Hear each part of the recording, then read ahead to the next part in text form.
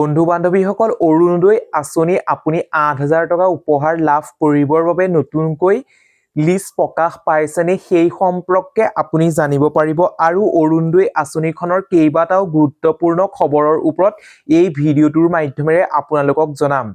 বন্ধু বান্ধৱীসকল মই অংকুৰ, আপুনি চাই আছে অংকুৰণ অফিচিয়েল। এই ভিডিঅ'টোৰ মাধ্যমেৰে মই আপোনালোকৰ আগত কেইবাটাও গুৰুত্বপূৰ্ণ খবৰৰ বিষয়ে আলোচনা কৰিম। ভিডিঅ'টো আৰম্ভ কৰাৰ আগতে আপোনালোকক সৰু এটা ৰিকুৱেষ্ট, যদি আপুনি আমাৰ ইউটিউব চেনেলটোত পোনপ্ৰথমবাৰৰ বাবে ভিজিট কৰিছে তেন্তে প্লিজ আমাৰ ইউটিউব চেনেলটো ছাবস্ক্ৰাইব কৰি কাষতে থকা বেল বটনটো প্ৰেছ কৰি অল অপশ্যনটো ক্লিক কৰিবলৈ নাপাহৰিব।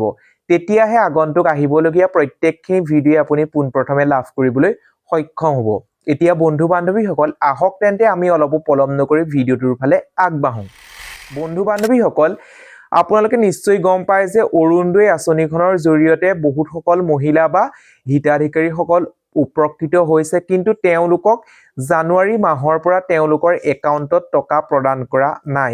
কি কাৰণে প্ৰদান কৰা নাই সেই সম্পৰ্কে আগত মই ভিডিঅ' প্ৰস্তুত কৰিছিলোঁ যদিও বহুতো বন্ধু বান্ধৱীয়ে আকৌ পুনৰ ডিটেইলছত ভিডিঅ' প্ৰস্তুত কৰিবলৈ কৈছে। বন্ধু বান্ধৱীসকল এই ভিডিঅ'টোতে সম্পূৰ্ণ ডিটেইলছ জানিব পাৰিব। বন্ধু বান্ধৱীসকল হিমন্ত বিশ্ব শৰ্মাই কৈছিল যে যিহেতু জানুৱাৰী, ফেব্ৰুৱাৰী, মাৰ্চ, এপ্ৰিল এই 4 মাহৰ টকা আপোনালোকক একেলগে প্ৰদান কৰিব ফেব্ৰুৱাৰী মাহৰ 20 তাৰিখে। ফেব্ৰুৱাৰী মাহৰ 20 তাৰিখে আপোনালোকৰ একাউণ্টত সোমাই পৰিব কিমানকৈ টকা? ৮,০০০কৈ টকা। তাৰে ৫,০০০ আপোনালোকে 4 মাহৰ টকা লাভ কৰিব আৰু আপোনালোকক উপহাৰ হিচাপে দিব কিমানকৈ টকা? ৩,০০০ টকা। নিশ্চয় আপুনি গম পালে, কিন্তু আমি সেই ৩,০০০ৰ পৰা যদি আমি হিচাপ কৰি চাওঁ, আপুনিও যদি চায় তেন্তে আপুনি ছেপ্টেম্বৰ মাহত টকা পাবলৈ আছিল অৰুণোদয় আঁচনি, তাৰ পৰা যদি আপুনি ১২৫০ টকা কাটি দিয়ে তেতিয়াহ'লে আপোনালোকে ১৭৫০ টকাহে অৰুণোদয় আঁচনিৰ উপহাৰ হিচাপে পাব। নিশ্চয় আপুনি জানিব পাৰিলে। এতিয়া বন্ধু বান্ধৱীসকল বহুতো বন্ধু বান্ধৱীয়ে বিভিন্ন বন্ধু বান্ধৱীয়ে কমেণ্টৰ মাধ্যমেৰে কমেণ্ট কৰি সুধি আছে নতুনকৈ লিষ্ট প্ৰকাশ পাইছে নেকি অৰুণোদয় আঁচনিৰ যি ৮,০০০ তালিকা বা উপহাৰৰ লিষ্ট। বন্ধু বান্ধৱীসকল আপোনালোকক মই ডিটেইলছত জনাই দিওঁ, কোনো ধৰণৰ লিষ্ট আপোনালোকৰ প্ৰকাশ পোৱা নাই। কি কাৰণে প্ৰকাশ পোৱা নাই সেই সম্পৰ্কে মই কৈ আছোঁ। আপোনালোকে যিহেতু নিয়মীয়াকৈ অৰুণোদয় আঁচনি টকা বৰ্তমান লাভ কৰি আছিল, অৰ্থাৎ আপোনালোকক জানুৱাৰী মাহৰ পৰাহে টকাখিনি প্ৰদান কৰা নাই, সেইবাবে আপোনালোকে কি হ'ব, সেই আগত যেনেকৈ আপোনাৰ একাউণ্টত সোমাইছিল সেই তেনেদৰে ফেব্ৰুৱাৰী মাহৰ 20 তাৰিখে আপোনাৰ একাউণ্টত ৮,০০০ টকা সোমাব। নিশ্চয় আপুনি জানিব পাৰিলে।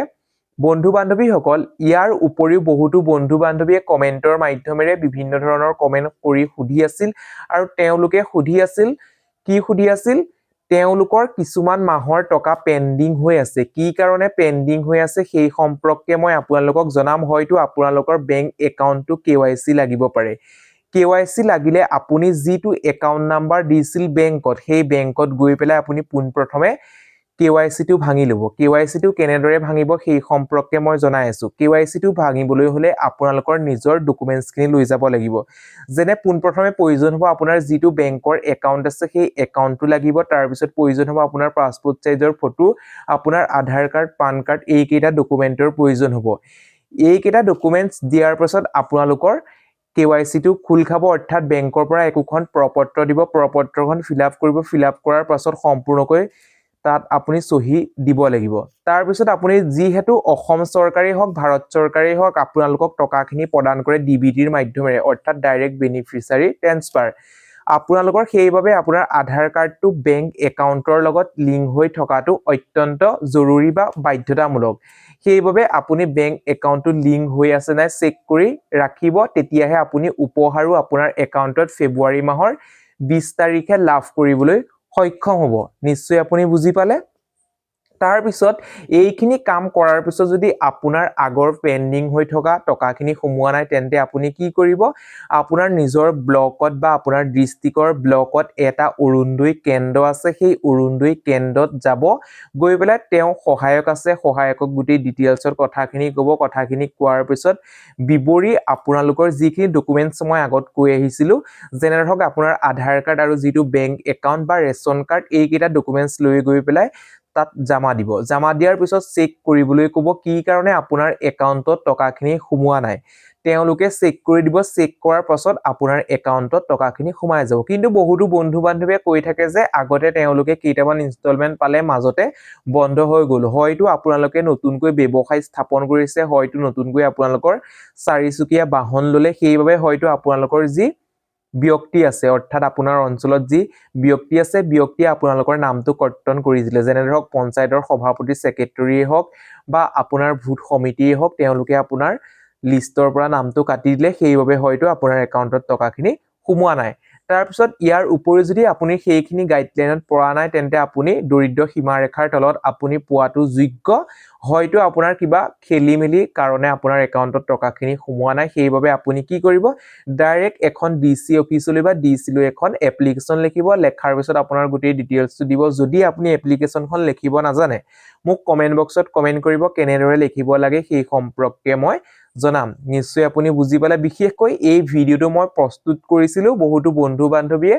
প্ৰায় বন্ধু বান্ধৱীয়ে কমেন্টৰ মাধ্যমেৰে কমেন্ট কৰি সুধি আছিল যে উপহাৰ পাবৰ বাবে নতুনকৈ লিষ্ট আহিছে নেকি বা লিষ্টত নাম থকাটো বাধ্যতামূলক নেকি বন্ধু বান্ধৱীসকল আকৌ কৈছো আপোনালোকৰ কোনো ধৰণৰ লিষ্ট অহা নাই আপোনালোকে চিন্তা কৰাৰ কোনো প্ৰয়োজন নাই আগতে যেনেকৈ আপোনাৰ একাউণ্টত অৰুণোদয় 10 তাৰিখ অৰ্থাৎ প্ৰত্যেক মাহৰ 10 তাৰিখে একাউণ্টত টকাখিনি পাবৰ বাবে সক্ষম হৈছিল সেই মৰ্মে আপোনালোকে 8000 টকা লাভ কৰিব কেতিয়াকৈ ফেব্ৰুৱাৰী মাহৰ 20 তাৰিখে হিমন্ত বিশ্ব শৰ্মাৰ মন্তব্যখিনি আপোনালোকে নিশ্চয় শুনিছিল বা আগত মই আপোনালোকক শুনাইছিলো যদি আকৌ শুনিব বিচাৰে মই আকৌ ক্লিপ আপোনালোকক দিম নিশ্চয় আপুনি জানিলে বন্ধু বান্ধৱীসকল এই ভিডিওটোত সৰু এটা ইনফৰমেশন দিবৰ বাবে যত্ন কৰিলো যদি আপুনি ভিডিওটোৰ জৰিয়তে অলপমান হলেও উপকৃত হ'ল বা ভিডিওটো চাই ভাল পালে তেন্তে প্লিজ এটা লাইক কৰি দিব আৰু এতিয়ালৈ যদি আমাৰ ইউটিউব চেনেলটো সাবস্ক্ৰাইব কৰা নাই সাবস্ক্ৰাইব কৰাৰ লগতে কাষতে থকা বেল বটনটো প্ৰেছ কৰি অল অপচনটো ক্লিক কৰিবলৈ নাপাহৰিব আজিলৈ ভিডিওটো ইমানে আকৌ পুনৰ নতুন এটা ভিডিওত লগ পোৱাৰ আশাৰে